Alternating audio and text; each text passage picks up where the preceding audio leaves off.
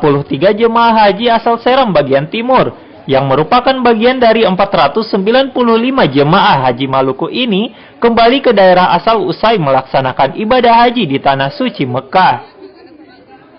Kedatangan jemaah haji ini disambut haru keluarga, kerabat yang telah lama rindu.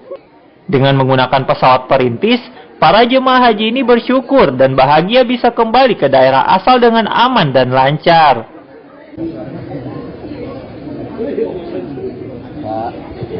Alhamdulillah, kami merasa bahagia, kami bersyukur yang mana Allah memberikan kesempatan kepada kami untuk bisa beribadah.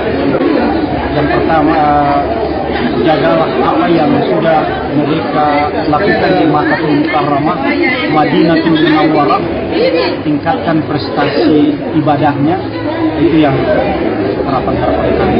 Sekembalinya jemaah haji ke daerah asalnya ini diharapkan mendatangkan keberkahan bagi keluarga dan daerah. Babang Sohilo melaporkan dari Seram bagian timur.